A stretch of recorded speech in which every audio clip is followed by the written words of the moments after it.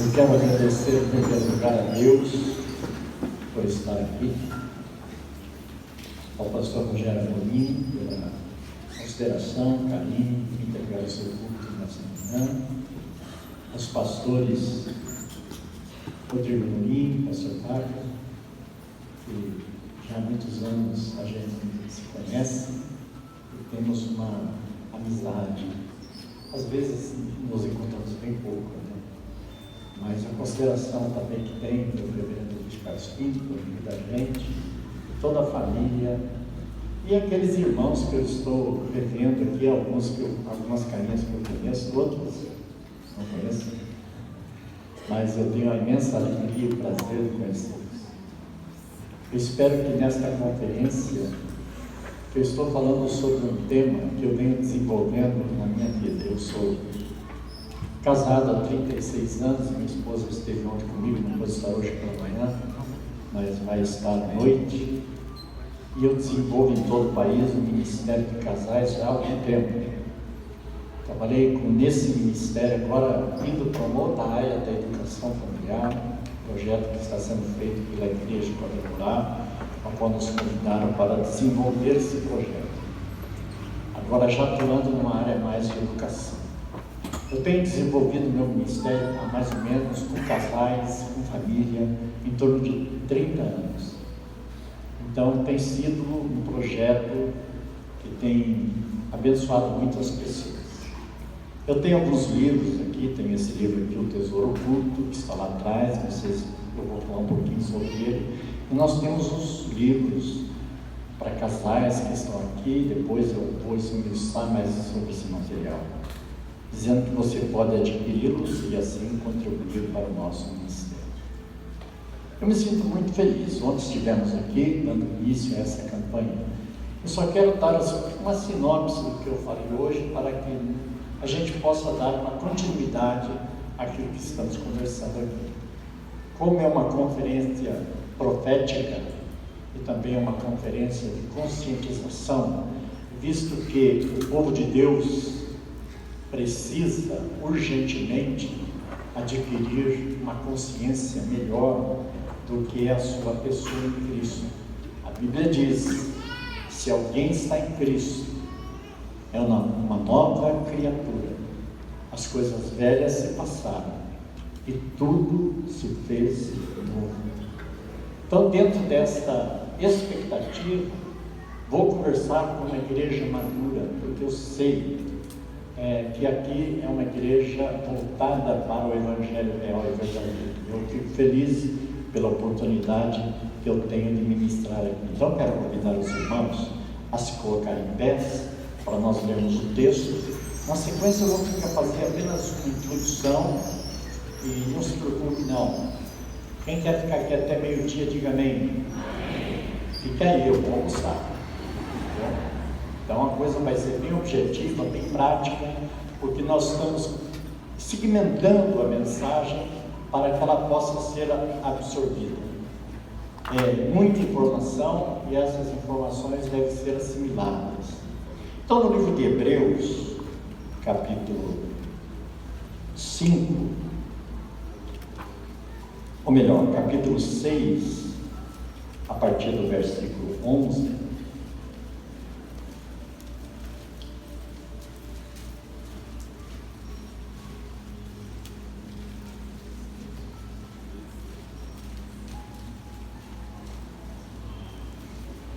mas desejamos que cada um de vós mostre o mesmo cuidado até o fim, para a completa certeza da esperança, para que vos não façais negligentes, mas sejais imitadores dos que pela fé e paciência herdam as promessas. Porque quando Deus fez a promessa a Abraão, como não tinha outro maior por quem jurasse, jurou por si mesmo, dizendo: certamente abençoando, te abençoarei, e multiplicando, te multiplicarei. E assim esperando com paciência, alcançou a promessa.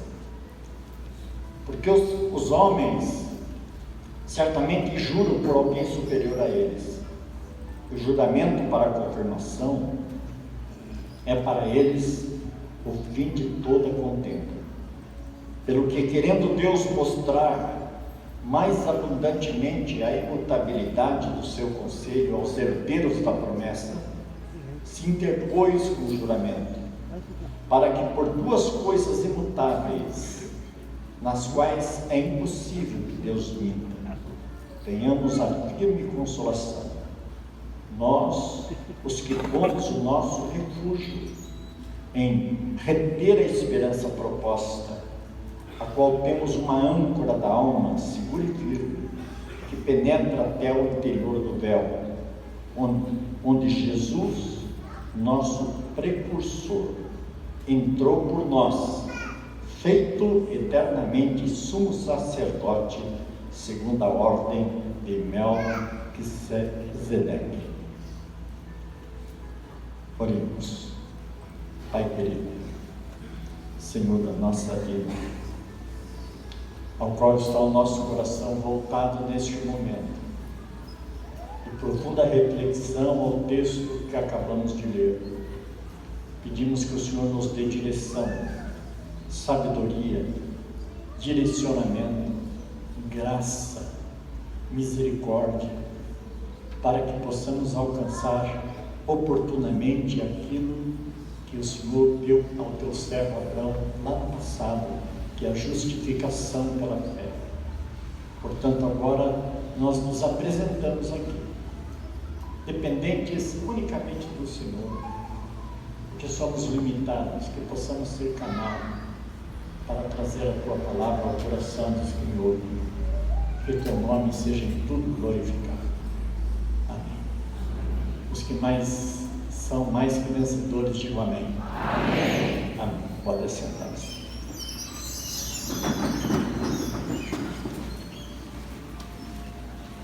Diga assim: promessas de Deus abalizadas. Ontem nós falamos aqui sobre a bênção, porque é algo que nós carecemos, necessitamos da bênção de Deus. Nós precisamos dela mais do que o ar que nós respiramos.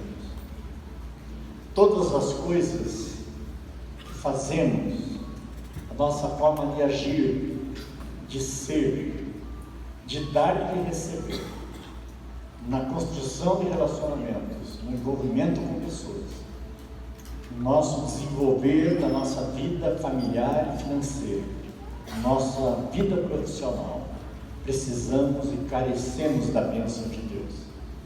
E a bênção de Deus é como se Ele estivesse avalizando a nossa vida mediante as suas promessas.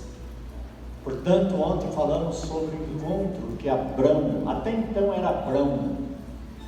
A palavra Abrão vem da palavra Ab, pai, Abram, pai de uma família, pai de uma portentosa família. E Abraão, posteriormente, ele foi chamado de Abrão, depois, posteriormente, de Abraão, significando o pai de muitas multidões. No sentido, esse homem foi não fonte de bênção, porque a gente sabe que Abraão foi um homem comum como eu e como você, mas Deus encontrou neste homem uma abertura para poder fazer dele um canal, diga assim, canal, onde as bênçãos de Deus viriam através deste homem, para que as promessas do Senhor se cumprissem. Portanto, ontem nós falamos sobre duas bênçãos. A bênção patriarcal, que era a bênção que viria sobre a família, especificamente a família de Abraão, que é a nação de Israel. Então, Abraão gerou Isaac, Isaac gerou Jacó, Jacó gerou José e seus 12 filhos, seus 10 filhos, e 2 filhos especificamente de José formaram as tribos de Israel. Portanto, a família patriarcal se estabelece entre o povo israelita, que também era uma promessa de Deus que essa nação seria cabeça e não cauda em toda a terra. Nesse sentido, Deus fez promessas. Então, quando ele foi chamado, está lá no livro de Gênesis, capítulo 12, 1, verso 2 e 3, abençoar-te-ei e engrandecerei o teu nome, disse o Senhor a esse homem. Farei de ti uma grande nação, e tu serás uma bênção. Abençoarei os que te abençoarem, amaldiçoarei os que te amaldiçoarem, em ti serão benditas todas as famílias da terra. Então nós podemos perceber que essas duas bênçãos tinham o sentido da bênção patriarcal. O que seria a bênção patriarcal? Uma hereditariedade abençoada, onde esta geração subsequente teriam princípios e conceitos embasados no patriarca. Dentro deste conceito, 430 anos depois de Abraão, surgiu a nação de Israel, e nós conhecemos a história, como ela ficou. Mas a gente sabe que, na verdade, Israel passou por um processo, aliás, vários processos, e isso é uma longa história e não está no cunho desta pregação, está no relato histórico do acontecimento israelita no decorrer da história.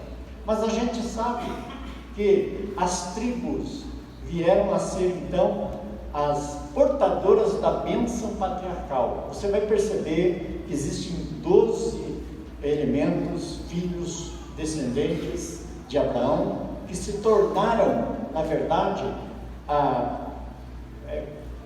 adquiriram aquela promessa de Abraão, no que se diz respeito à sua evolução abençoadora no sentido de conquistas. Mas a gente também conhece que, infelizmente, esta nação, ela desviou-se em vários momentos da sua existência e da sua vida como nação. Mas Abraão, ele foi encarregado de que esta bênção ela se canalizasse mediante as gerações.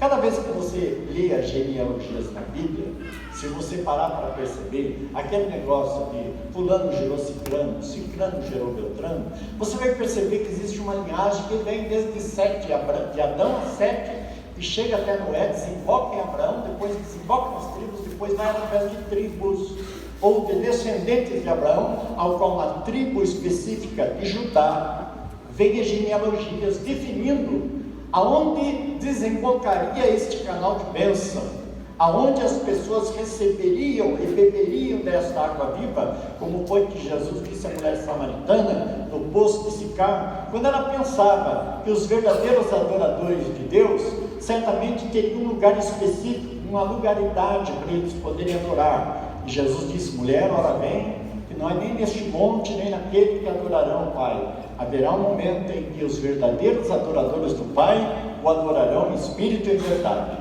Então nós estamos vivendo este momento intenso de nós entendermos como é que esta bênção foi canalizada. Não somente a bênção patriarcal, mas também a bênção, diga-se, bênção sacerdotal. Aí a gente percebe que o próprio sacerdote, quando apresentava-se diante do tabernáculo, ele era um sujeito deficiente.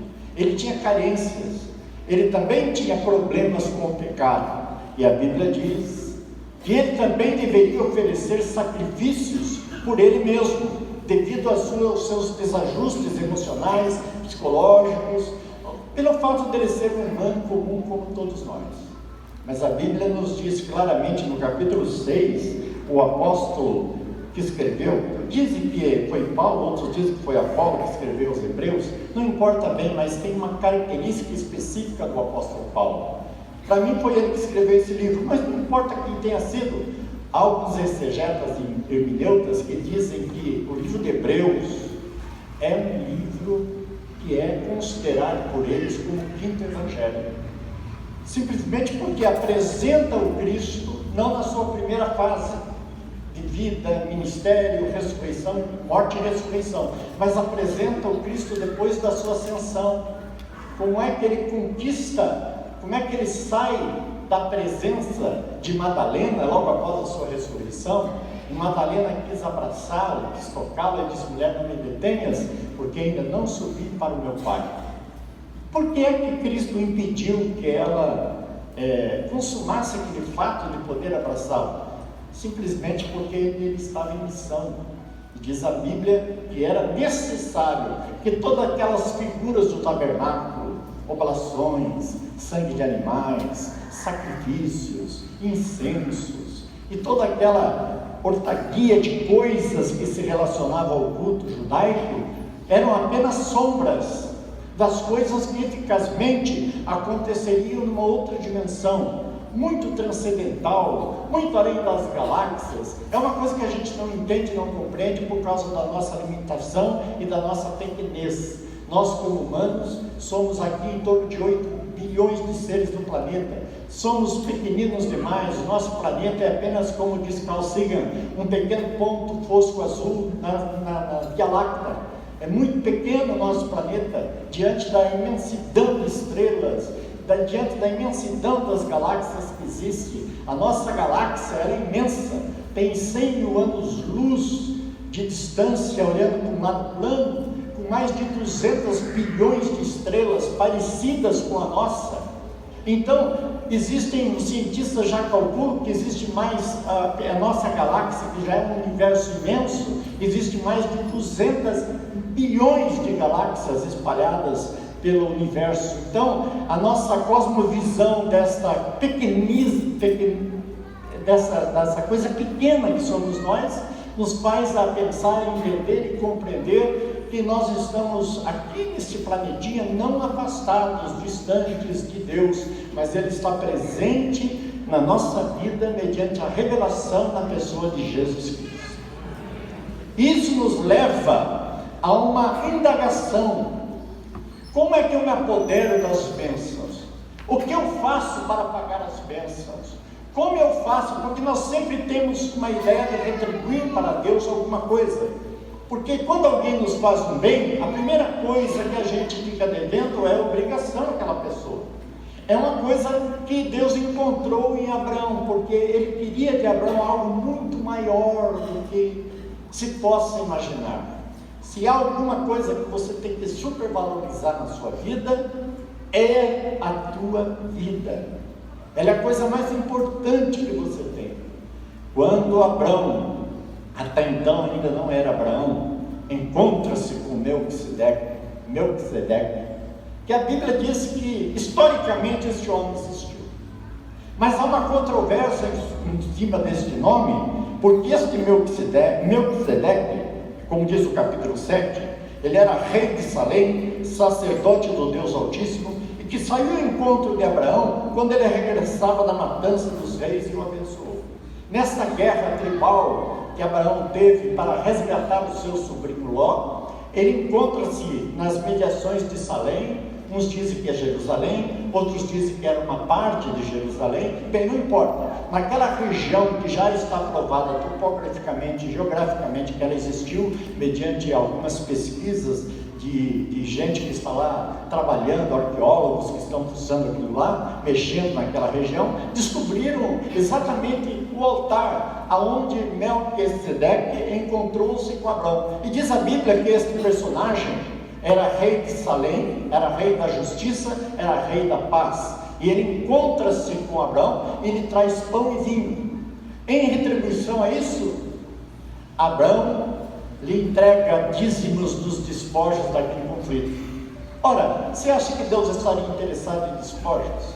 Evidentemente que não. É que naquela ali existe uma linguagem figurada. O que Abraão estava dizendo era o seguinte: assim como o Senhor me oferece a sua vida, pão, nós sabemos o que o pão representa. O vinho também nós sabemos que isto representa. Alguém de vocês, alguns de nós aqui, podemos lembrar que alguma coisa aconteceu com pão e vinho aqui todos os domingos do primeiro dia do mês? Não lembramos alguma coisa? Pão, isto é meu corpo, sangue, isto é meu vinho. Então, isto é meu sangue, o vinho. Isto significa que esta entrega do sacerdote com relação àquilo que receberia de Abraão era muito mais do que dinheiro, do que posses, do que propriedades, do que gado, do que dinheiro, do que roupas finas. dos despojos daquele outro povo, porque era costume que os guerreiros vencedores usufruíssem dos bens daquela criadagem, enfim, tudo que era daquele povo vencido passaria a ser então do conquistador. E é exatamente nisso que Abraão está dizendo: eu tive esta guerra, eu tive sucesso, mas eu estou entregando tudo isto para o Senhor. Eu não entrego, eu não quero nada mais, eu te agradeço pela minha vida, então eu estou colocando a minha vida assim como o Senhor coloca a sua para mim, para que nós possamos ser abençoados. Então, o maior abençoou o menor. Diga assim: o maior abençoou o menor. Então, quem é maior aqui? É Melquisedeque ou é Abraão? É evidente que diz a Bíblia que é Melquisedeque, o abençoador. Neste sentido, Abraão foi impactado pela bênção, e a vida dele se transformou. Ele passou a ser Abraão, pai das multidões. E a bênção então se canaliza através de uma atitude desse homem. E uma palavrinha que eu quero que vocês repitam. Diga assim: reciprocidade. O que seria reciprocidade? O Salmo 116 faz uma pergunta: que farei eu para pagar todos os benefícios que Deus me tem feito? E daí o próprio salmista dá as respostas: pagarei os meus votos diante de Deus e de toda a sua santa congregação. Significa que a única coisa que Deus quer de você não é a tua grana, não é o teu dinheiro. O que Deus quer de você é o teu coração. Filho meu, dá-me a tua vida. Em troca, eu faço uma retribuição. Eu passo a te fazer promessas concernentes. E aqui entra aquela palavra que eu acho uma humildade divina tão grande, quando ele diz assim: eu juro. Mas para quem Deus vai jurar? Geralmente quando a gente faz um juramento, a gente jura por alguém mais superior. E aliás, a Bíblia impede você de fazer juramentos. Por quê? Se você pudesse jurar por alguém: eu juro por meu pai, ou juro pela minha mãe, você não vai encontrar seres perfeitos para te dar endosso. Vocês estão entendendo? E quando a gente jura por Deus, a questão não é se a gente acredita em Deus. A pergunta que nós devemos fazer é: Deus acredita em mim? Essa é a pergunta que nós devemos entender e compreender, porque a gente não pode jurar por Deus. Mas então diz a Bíblia, começando então a pregar agora, porque quando Deus fez a promessa a Abraão, como não tinha outro maior por quem jurasse, jurou por si mesmo. É como se disse Deus: eu vou jurar por mim mesmo, porque é impossível que Deus minta, é impossível que Deus tenha falácia, é impossível que Deus se arrependa. Deus é onisciente, onipotente, onipresente, todas as coisas Ele conhece. Antes que venha uma palavra na nossa boca, o Salmo 139 diz que o Senhor tudo sabe, tudo conhece. No recôndito, quando ainda nós estávamos sendo gerados, cada um dentro da sua própria mãe, Deus conhecia os destinos da nossa vida. Ele conhecia, nossa vida foi descortinada, de um começo, no meio e no fim. É como se nós fôssemos um livro já escrito e determinado por Deus para que as suas promessas se cumpram da nossa vida, desde que a gente experimente, como diz Paulo em Romanos 12, 1 e 2, a perfeita, agradável vontade de Deus, que é estar no centro da sua vontade, que é simplesmente receber dele, entregar a ele nosso bem mais precioso, que é a nossa vida. Quando isso acontece, Deus diz: eu juro por mim mesmo. E ele diz assim: eu vou te abençoar. Deus fez então promessas a Abraão. Como não tinha outro maior por quem jurasse, jurou por si mesmo, dizendo: certamente abençoando, te abençoarei, e multiplicando, te multiplicarei. E assim diz a Bíblia que Abraão, com paciência, aguardou as promessas. E ele, enquanto peregrinou, fez tudo para agradar a Deus, sendo recíproco com Deus. Escute, Deus não pede a você algo que Ele não tenha feito primeiro. Diga isso. Eu digo que eu fiz isso para ver se vocês estão prestando atenção. Então vamos lá. O que eu disse? Obrigado pela atenção. Então veja só, Deus não pede a nós algo que Ele não tenha feito primeiro. Então não há nada que Deus peça a você que Ele já não tenha feito. E durante a vida toda de Abraão, ele foi mostrando os sinais, eram como setas indicativas, aonde ele pudesse colocar o coração para que a bênção fosse canalizada aos seus descendentes. Então muitas coisas que Deus prometeu a Abraão e ele creu nisso. E a Bíblia diz que esse fato dele crer, eu só quero abrir um parênteses aqui nesse negócio de crer. Essa crença que nós temos em Deus, eu creio em Deus, todo mundo crê em Deus, ela é muito tempestuosa, porque você um dia crê, outro dia descrê e assim vai indo. Aí você se recompõe espiritualmente, novamente crê, de modo que a crença ela é tempestuosa. O que é o degrau da crença? É quando você atinge a fé. Abraão creu em Deus, diz o livro de Gálatas capítulo 3:6, e isso lhe foi imputado por justiça, ou seja, ele foi o primeiro crente a receber a promessa pela fé. A fé dele se consolidou mediante a sua crença. Era uma tempestade da crença. Você imagina quando ele teve que oferecer o seu filho Isaac. Diz a Bíblia que Isaac foi oferecido no altar, e ele não era um garoto. De acordo com alguns judeus rabinos, Isaac tinha exatamente a idade com que Cristo entregou a sua vida, 33 anos. Era um moço já formado, um homem já formado. E quando ele leva a lenha para o pai, dizia o pai, estou tendo uma dificuldade para entender aqui, onde é que está o cordeiro? E Abraão, Deus proverá o cordeiro, meu filho. Olha assim, porque Deus tinha pedido Isaac em sacrifício, mas olha só a ideia do que Abraão teve. Ele disse o seguinte, ele pensou com ele, está aqui no livro de Hebreus, capítulo 11 em diante, vocês podem ler lá. Ele diz assim, não, é impossível, olha o conflito da crença, é impossível que Deus minta. Bom, se Deus não mente, ele disse que de Isaac sairá minha descendência. Ele me prometeu que é de Isaac, se é de Isaac mesmo. Agora ele me pede o meu filho em sacrifício. Pois bem, eu creio, mesmo que eu sacrifique Isaac, o seu corpo seja destruído pelas cinzas, eu tenho certeza que Isaac irá ressuscitar das cinzas e vai continuar vivo, porque Deus não pode mentir. Fala para o irmão assim, vale a pena crer em Deus dessa forma. Não vale? Então quando a gente fala da fé de Abraão, nós estamos falando de algo muito maior, algo que é muito além da crença.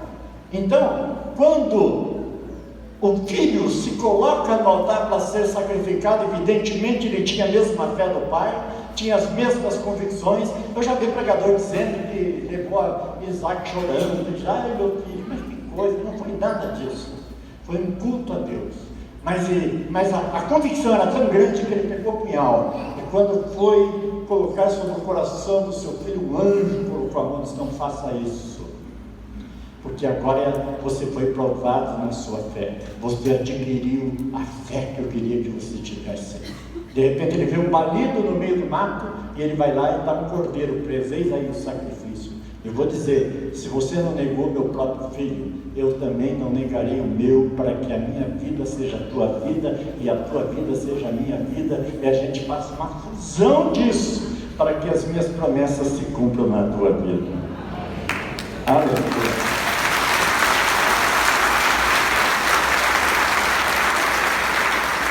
Preste atenção nisso, que isso é muito forte, que eu vou dizer para você. Quantos querem a fé de Abraão? Vença a tempestuosidade da crença. Vou falar de novo. Vença a tempestuosidade da crença. Esta fé, a gente encontra nos evangelhos de uma forma assim. A Bíblia nos diz claramente que o centurião de Cafarnaum é um dos momentos que eu acho mais lindo nas Escrituras, que está em Mateus capítulo 8, quando ele encontra-se com Jesus, porque o seu criado está morrendo. É um filho adotivo, ou é algo que ele tinha uma considerada estima. E diz a Bíblia que este homem era um centurião, comandava 100 centúrias, ou 100 soldados romanos, que fazia guarda de toda aquela região. É como se fosse o delegado da cidade de Cafarnaum. E diz a Bíblia que ele vem humildemente na presença de Deus, ele que tendo o capacete romano, a armadura, o brisão romano no peito, ele vai a uma certa distância ao Evangelho e diz o seguinte, que ele não foi ter pessoalmente com Jesus porque não se achava digno. Então ele manda um porta-voz, e ele fica uma distância assim de uns 100 metros, e ele fica nessa posição de quem está submisso àquelas determinações. E os criados dizem assim, diz o Senhor, não sou digno de que entres debaixo do meu telhado, meu servo está com dificuldade, está à morte, e eu creio que eu não sou digno de que entres debaixo do meu telhado. O Senhor não precisa ir até minha casa, diga só uma palavra, porque eu sei o que é autoridade. Eu tenho soldados às minhas ordens. Diga um vai, ele vai. Diga outro vem, ele vem. Diga outro faça aquilo, ele faz. Sabe por quê? Porque no meu coração, na minha vida, eu tenho o símbolo da águia romana, e as pessoas sabem que eu sou autoridade maior, então eles obedecem. Mas eu creio que o Senhor tem uma autoridade muito superior a tudo que eu vivo. Portanto, eu não sou digno nem que o Senhor entre debaixo do meu telhado, mas diga uma palavra, e o meu servo será curado. Jesus disse, estupefato, grande a fé desse homem, eu ainda não encontrei em Israel tamanha fé. Vai, que o teu servo vai ser curado. E naquele momento em que ele disse essas palavras, o moço se levantou. A energia de Deus, porque era o Deus do universo dando comando às forças da natureza, e aquele vírus ou aquela doença que estava afetando aquele moço imediatamente obedeceu, e aquele moço foi curado. Preste atenção nisso. Não sou digno de que entres debaixo do meu telhado. Ele teve que vencer o orgulho, ele teve que se humilhar. Sabe por quê? Foi aquela mulher lá do fluxo de sangue, daquela menstruação crônica. Ela venceu a tempestuosidade da crença. Ela foi vencendo, até que de repente ela toca nas orlas do Messias. E não era uma parte única da veste, mas era um chamar azul, aonde ficava ali as palavras do Torá, roupa do rabino, que quando colocadas as mãos naquela franja azul, ela especificamente havia uma conversa entre os rabinos, que a pessoa ali precisava receber a energia, positividade, graça de Jeová na vida dela. E quando ela coloca as mãos, Jesus para no meio daquela multidão e diz, alguém me tocou, mas como, Senhor? A multidão te acotovela e tu dizes, quem te tocou? Sim, porque alguém me tocou, eu senti que de mim saiu virtude. Olha, nós estamos aqui, aquela mulher não podia se esconder, disse, eu estou aqui, Senhor, eu te toquei. Jesus disse, mulher, vai, porque a tua fé te salvou. Deus não tem filhos privilegiados. Salvou aquela mulher, salvou a mulher. Todas as mulheres doentes que se aproximaram dele foram curadas. Todos aqueles que tinham fé suficiente foram curadas. E Ele está vivo, presente aqui hoje. Nós temos que vencer a tempestuosidade da crença e crer que Ele é o mesmo ontem, hoje e será eternamente. As suas promessas não terminam, não param, porque Ele jurou para que essa promessa se estabeleça na nossa vida. Quantos estão entendendo isso? Digo amém. Preste atenção. É muito importante a gente entender e compreender o processo da bênção. Diga assim, o processo da bênção. Eu preciso ter as atitudes de Abraão. Então, você percebe que Abraão é um homem de fé, é um homem obediente e é um homem fiel. Diga assim, obediência, fé e fidelidade. Obediência é diferente de fidelidade. Você obedece quando passa num sinal vermelho. Você para. Por que você para? Ai, sinal vermelho, que bom que você abriu. Eu te amo. É assim que você obedece o sinal vermelho? Droga, tinha que avermelhar agora. Eu estou com pressa. E você não atravessa. Por que você não atravessa? Você tem medo de que isso lhe custe algum. E você também pode causar um acidente. Os sociólogos dizem que o fato social, ele é algo que vem sobre nós de forma, quando já nós nascemos, isso já nós somos condicionados à obediência. Mas uma coisa é ser obediente à lei. Mas quando a Bíblia fala para Abraão ser obediente, ele criou no coração desse homem uma disposição alegre para servi-lo. Sabe? Significa mais ou menos assim: o menino está na sala de aula e a professora diz assim: menino, sente-se. Ele diz: não senta. Muito bem. Existem leis na escola. Se você não sentar, você vai ter um encontro com a diretora daqui a pouco na sala da secretaria. E o menino senta. A professora alegre olha para ele e diz assim, com ar de satisfação de ter vencido a arrogância, diz assim: sentou ou não sentou? E o menino diz: mas por dentro estou de pé. Percebe? A obediência. Você não convence ninguém pela lei a ser obediente alegre, a ser um obediente feliz. Você convence pela persuasão do amor que você tem em Deus. Quando você é obediente, você tem uma aliança, uma coisa alegre, você embasa a sua confiança em Deus nas suas promessas, porque Deus não é homem para que minta, nem filho do homem para que se arrependa. Ele quer a minha vida, Ele quer que eu estabeleça com Ele um pacto. Entenda, filho, a minha vontade é a melhor para a tua vida. Acredita em mim, eu não jurei por mim mesmo, porque isso vai alimentar a esperança no seu coração, isso vai fortalecer a sua fé, isso faz você vencer os degraus da crença, e você atinge um patamar mais elevado, que é a fé de Abraão. Quantos estão entendendo isso?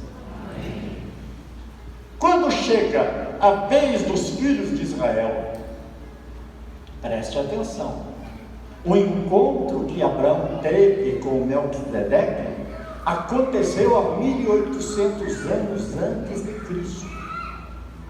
Só 430 anos depois desse encontro que ele teve com Abraão, é que Abraão surgiu, através da descendência desse homem, a nação de Israel. E a nação de Israel precisava entender os propósitos, o que é voto, o que é mandamento.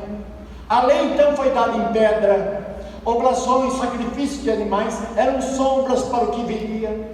Eles deviam alimentar o coração na esperança. Todos aqui devem ler o livro de Hebreus para compreender o sentido dos sacrifícios, o sentido das festas judaicas. Tudo aquilo ali eram figuras, eram sombras que apontavam um futuro distante, e os hebreus deveriam entender e compreender que Deus não queria obediência subversiva, uma obediência amarga. Queria que as leis da pedra fossem internalizadas no coração deles. E Moisés foi levantado por Deus para escolher um homem chamado Levi, e que da tribo dele, através da promessa do seu pai Jacó, herdou a herança dos levitas.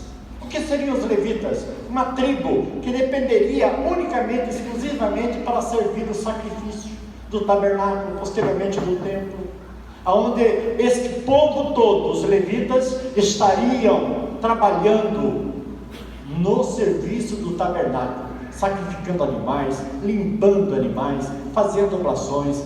Imagine, era uma vida totalmente dedicada àquela situação. E os levitas, o filho, quando adquiria 30 anos, tinha que servir o exército levita. Eles tinham que entrar na ordem dos sacerdotes, na ordem dos trabalhadores, buscar lenha, limpar animais, purificar animais, escolher os melhores. E o povo de Israel, eles não teriam herança na terra. Eles então seriam abençoados financeiramente pela própria nação de Israel. Então daí os dízimos de Malaquias, capítulo 3, 8, verso 10. Por quê? Quando o povo negligenciava aqueles dízimos, estava dizendo: nós estamos falhando, vocês estão falhando com a vida, vocês estão falhando com a vida que este povo precisa. Os levitas precisam desse alimento, e vocês estão negligenciando, e o trabalho de Deus está sendo abandonado. Era isso, simples e puramente. Mas as leis não poderiam ficar apenas na pedra, tinha que existir um condicionamento no coração. Portanto, o dízimo não é lei, é muito mais do que lei. Diga assim: é princípio. Fala forte. Fala de novo. E o que você tem? Mandamentos para dízimo? Tem votos. Entende? Voto é muito mais do que obedecer mandamento. É quando você diz assim: eu faço isso porque eu quero, ninguém me obriga. É princípio divino na minha vida. Eu amo, Senhor, a tua lei, tenho prazer nesta lei. Como diz o profeta Jeremias, a lei saiu das pedras mortas da arca da aliança, e ela saiu dali. Não somente as leis de pedra que estavam dentro do depositório da arca da aliança, saíram essas leis de pedra e vieram para o coração.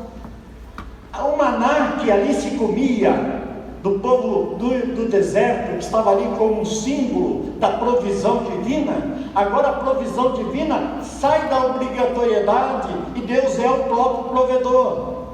Agora não tem mais autoridade volitiva pelas leis humanas, agora é autoridade espiritual, o cajado de Arão que floresceu. Mas na arca da aliança existem 2 querubins guardando aquilo ali como prova, dizendo: o homem nunca é capaz de cumprir aquilo que promete, o homem sempre é falho. Mas o sacerdote pecador, pecaminoso, entrava uma vez por ano e derramava sangue de animal em cima daquela tampa, e naquele momento Deus apaziguava, fazia um armistício de paz com aquele povo, para que a sua lei não os punisse. E naquele momento, depois da aspersão dos vasos, de todo o ritualismo, Arão saía para fora do arraial e abençoava o povo, como diz em Número 6: o Senhor te abençoe e te guarde, o Senhor faça resplandecer o seu rosto sobre você, o Senhor sobre ti levante a sua face e te dê a paz. A partir de então, o povo se rejubilava, porque o sacrifício tinha sido feito por toda a nação. Mas diz a Bíblia, diz o texto sagrado, para que por 2 coisas imutáveis, as quais é impossível que Deus minta, a firme consolação, nós temos que ter uma âncora firme, daquela que penetra até o interior do véu. O que era o interior do véu? A arca da aliança, que estava protegida por um véu espesso de 10 centímetros de linho torcido nas cores específicas dadas pelo tabernáculo. E diz a Bíblia que aquele véu espesso não é um véu de tule que ficava flutuando, não era uma coisa espessa, firme, segura. Diz a Bíblia que no momento que Jesus disse: está pago, palavra grega, teletestai, está consumado, a palavra aramaica, está pago, não existe mais oblações, não existe mais sacrifícios. Agora o sumo sacerdote entrou no lugar santíssimo e ele vai oferecer sacrifício, não de sangue de animais, ele vai oferecer o próprio sangue, ele está oferecendo a própria vida. Naquele momento este véu rasga-se de cima para baixo, não existe mais nada da lei. Agora existe, elas foram transportadas daquele caixote de ouro para o coração humano. Agora, eu amo a tua lei, ela está eternamente no meu coração. Vocês estão entendendo isso? Quero que você levante a mão para o Pai nesse momento que é tão especial. Levante a mão e diga assim: Senhor, eu amo a tua lei e pagarei os meus votos na presença de todo o teu povo. Você está entendendo isso? É aqui que a gente tem que compreender que o sacrifício de Cristo foi feito, o sacrifício de Cristo foi realizado. Não existe mais nada que possa substituir este sacrifício. Não existe mais nenhum sacerdote ordenado para te representar diante de Deus. Ele é único. Pode ser o maior fundador de religião deste planeta, pode ser Siddhartha Gautama, pode ser Mahatma Gandhi, pode ser Joseph Smith, pense em quem quiser, em Allan Kardec, olhe para quem você olhar, olhe para qualquer pessoa que diz: eu intermedio entre você e outra pessoa, e Deus, considere esse evangelho que estão anunciando anátema, porque o verdadeiro evangelho é aquele que apresenta Jesus Cristo, nosso sacerdote, não segundo a ordem levita, mas segundo a ordem de Melquisedeque. Sai dos levitas e entra para o sacerdócio de Judá. Ele é o leão, ele é o leão, no mesmo tom, vamos lá. Ele é o leão da tribo de Judá. Jesus tomou nossas cadeias e nos libertou. Esse é o novo sacerdócio. Nós agora não estamos escravos da lei. Nós não precisamos ficar guardando dias santos. Nós não precisamos mais ter essa obrigatoriedade com responsabilidades e oblações religiosas. Agora nós somos lavados, remidos no sangue daquele que derramou-se a sua vida, para que nós pudéssemos chegar com ousadia junto ao trono da graça, a fim de alcançarmos misericórdia e sermos ajudados em tempo oportuno, para que as promessas de Deus se cumpram na nossa vida. E todo o povo diz amém, amém. Bem forte, amém. Pronto, deixa de ser religião. Deixa de ter medo do tal bicho devorador. Você não precisa mais ter medo de nada, nem de macumba, nem de feitiçaria, nem de olho gordo, fumado, sei lá o que. Você não precisa ter anseios, ansiedades. Você tem que descansar nesse eterno sacrifício. Ele me justifica. Abraão foi o primeiro homem a ser justificado pela fé, e todos os que são da fé, diz Paulo, são benditos com o crente Abraão, porque a bênção dele canalizou e veio na minha vida, de modo que você é um Abraãozinho, filho de Abraão. Ah, mas pastor, eu não sou judeu. Não é, e nem poderia, porque quando Jesus ele vem, Paulo, apóstolo, em Romanos 6, diz assim, que nós éramos uma oliveira selvagem, um zambujeiro, mas a Bíblia diz que ele nos enxertou na oliveira verdadeira, que a partir de agora nós somos os ramos. Mas, diz Paulo exortando os romanos, se ele não poupou os ramos naturais, você acha que ele pouparia os ramos enxertados? Ora, nós devemos entender que não é lei, não é obrigatoriedade. Hoje nós temos a bênção patriarcal e a bênção sacerdotal vindo sobre a nossa vida, para que a nossa casa seja embasada nas promessas que Deus jurou. E a única coisa para você entender a vontade de Deus é ficar tranquilo. Como diz Romanos 12, rogo-vos, pois, o prisioneiro do Senhor, diz a Bíblia, que apresenteis os vossos corpos como um sacrifício vivo. É agora que a coisa pega, irmão. Eu vou abrir um parênteses e faço uma pergunta para concluir a nossa pregação.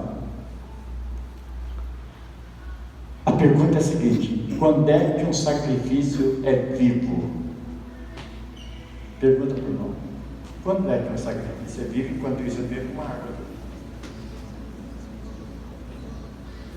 Quando é que é vivo? Resposta: quando ele está balindo, quando ele está no curral. Quando é que um sacrifício é vivo? Quando ele morre. Eu amo o ritual do batismo. O batismo significa assim, o pastor devia até mudar a terminologia. Não quero ser herege, mas devia ser assim. Eu te mato em nome de Jesus. Mas não deixa o pessoal lá. Ele sai da água, para que agora ele tenha uma vida nova. As velhas coisas se passaram. Passaram as oblações, passaram as leis da tábua, passaram os sacrifícios de animais, agora é uma nova criatura, uma nova vida, uma nova dimensão. Se alguém está em Cristo, é uma nova criação. As velhas coisas se passaram, tudo se fez novo. Em 1976, desesperado, eu aceitei Jesus. A minha vida estava terrível. Em 1976. Eu me tornei uma nova criatura, de modo que agora eu sou uma velha nova criatura. Faz um tempo até, em 1976, no dia 28 de fevereiro daquele ano, eu levantava as minhas mãos às 9 horas no ginásio de esportes do Tarumã, uma cruzada evangelística, aceitando Jesus como meu Salvador.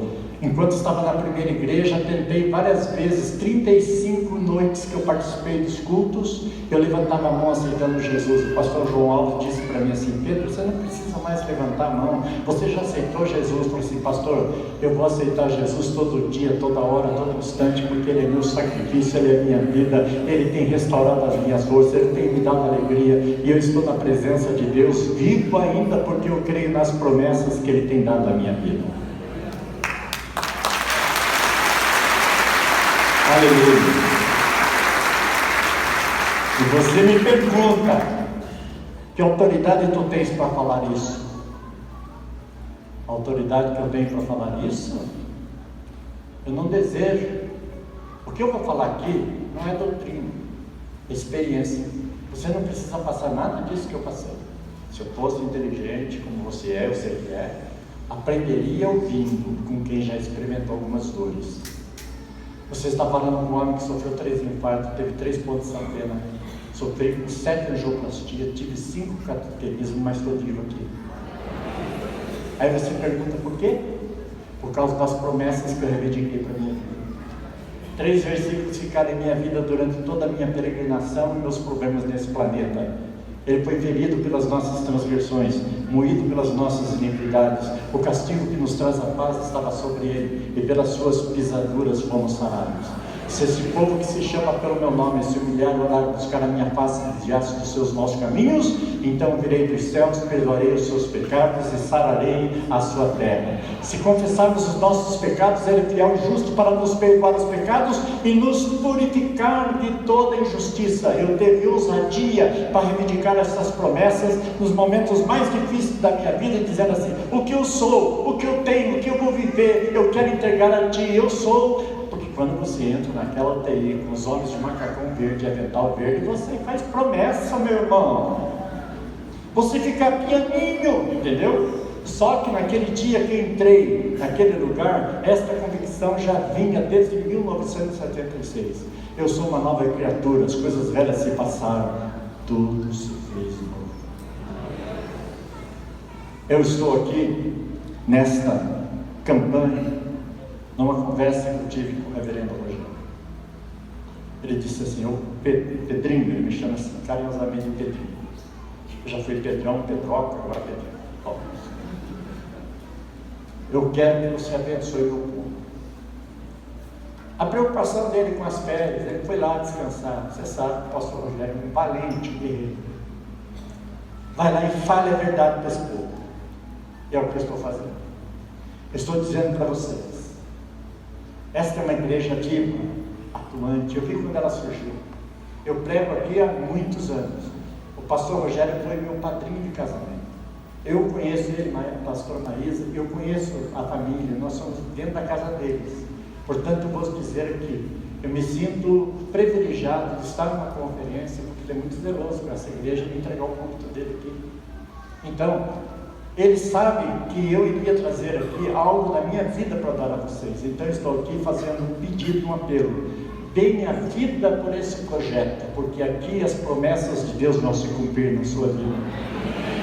Está entendendo? Entrega-se de uma forma plena, entregando os seus dízimos e ofertas, com disposição e alegria, sem murmuração, porque uma onda na internet dizendo dízimo é da lei, dízimo passou, dízimo é obrigação. É obrigação para quem não conhece a Deus, mas quem o conhece firmemente dentro dos seus propósitos sabe que dízimo é muito mais que dinheiro, dízimo é propósito, é muito mais do que mandamento, é voto, é princípio.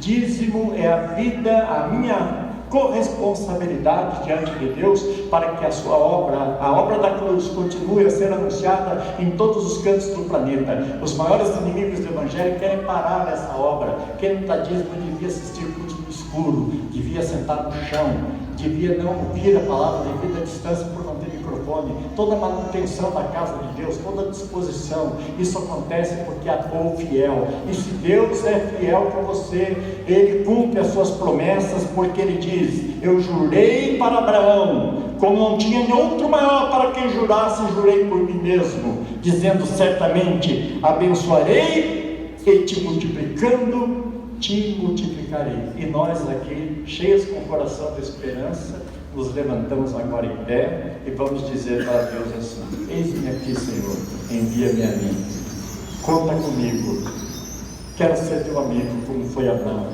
quero dedicar a minha vida a ti. Quantos têm essa disposição na alma e no coração? Meu irmão, se você não pode ser fiel em 10%, vai ser fiel em quê? Você está entendendo?